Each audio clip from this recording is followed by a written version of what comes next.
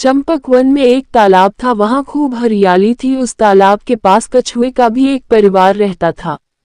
कछुआ उस परिवार में सबसे छोटा था। छोटा होने के कारण उसकी हर फरमाइश पूरी की जाती, इसलिए वह जिद्दी हो गया था। एक दिन वह तालाब के किनारे घूम रहा था, तभी उसे एक चील आकाश में उड़ती हुई दिखाई पड़ी।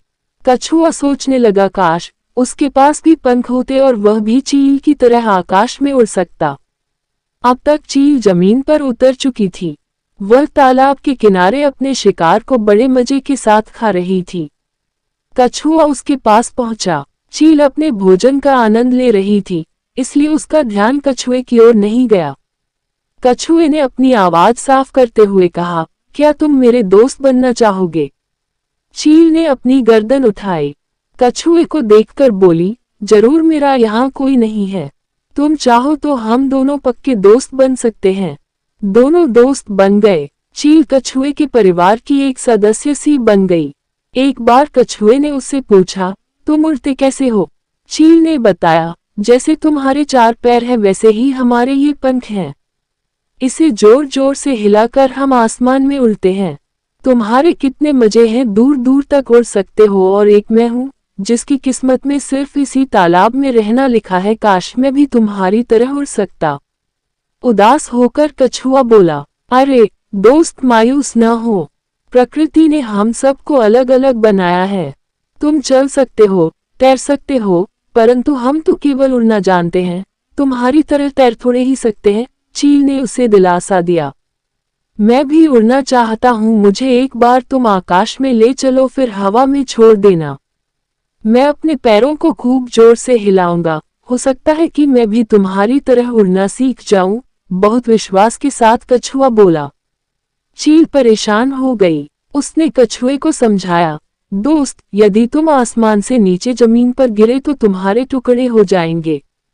मैं सब समझ गया। तुम्हें ईर्ष्या हो रही है। यदि मैं भी तुम्हारी तरह उड़ने लगा तो तुम्हारा महत्व कम हो जाएगा, इसलिए तुम ऐसा कह रहे हो। आंखें लाल करता हुआ कछुआ बोला। चील ने उसे लाख समझाने की चेष्टा की, परंतु कछुए पर कोई असर नहीं हुआ। कछुए ने स्पष्ट रूप से कह दिया कि यदि वह उसे आसमान में न ले गया तो दोनों की दोस्ती टूट जाएगी। काफी सोचने के बाद चील ने कहा, ठीक है, मैं तुम्हें आकाश में ले जाकर छोड़ दूंगा, फिर तुम उड़ने की कोशिश करना, परंतु इसके बाद कभी उड़ने का नाम न लेना। कछुआ मान गया। तय हुआ कि चील उसे अपने पंजों में जकड़ लेगी और ऊंचाई पर जाकर अपनी पकड़ ढीली कर देगी, जिससे कि उसका दोस्त उड़ सके। चील उसे लेकर आसमान में उड़ चली। इतनी ऊंचाई पर पहुंचकर कछुए को डर लग रहा था। उधर चील जानती थी कि यदि उसका दोस्त इतनी ऊंचाई से नीचे गिरा तो उसके टुकड़े हो जाएंगे, इसलिए वह तालाब की ओर उड़ी। अब वह ठीक तालाब के ऊपर उड़ रही थी। कछुए को इशारा कर उसने अपनी पकड़ ढीली कर दी। चील के पंजों से छूटते ही कछुआ अपनी टांगें जोर जोर से हिलाने लगा, जिससे कि वह उड़ सके। परंतु ये क्या, वह उड़ने की बजाय नीचे गिरता जा रहा था। छपाक, वह सीधा जाकर तालाब में गिरा। कछुआ तैरकर किनारे पहुंचा। वहां चील उसका इंतजार कर रही थी। क्यों दोस्त, उड़ना सीख गए? चील ने हंसते हुए पूछा। झेपते हुए कछुआ बोला, मुझे माफ कर दो दोस्त, मेरी जिद के कारण तुम्हें भी परेशानी उठानी पड़ी। तुम्हारे कारण ही इतनी ऊंचाई से गिरने के बाद भी मैं आज जीवित हूँ। मैं आज के बाद कभी जिद नहीं करूंगा।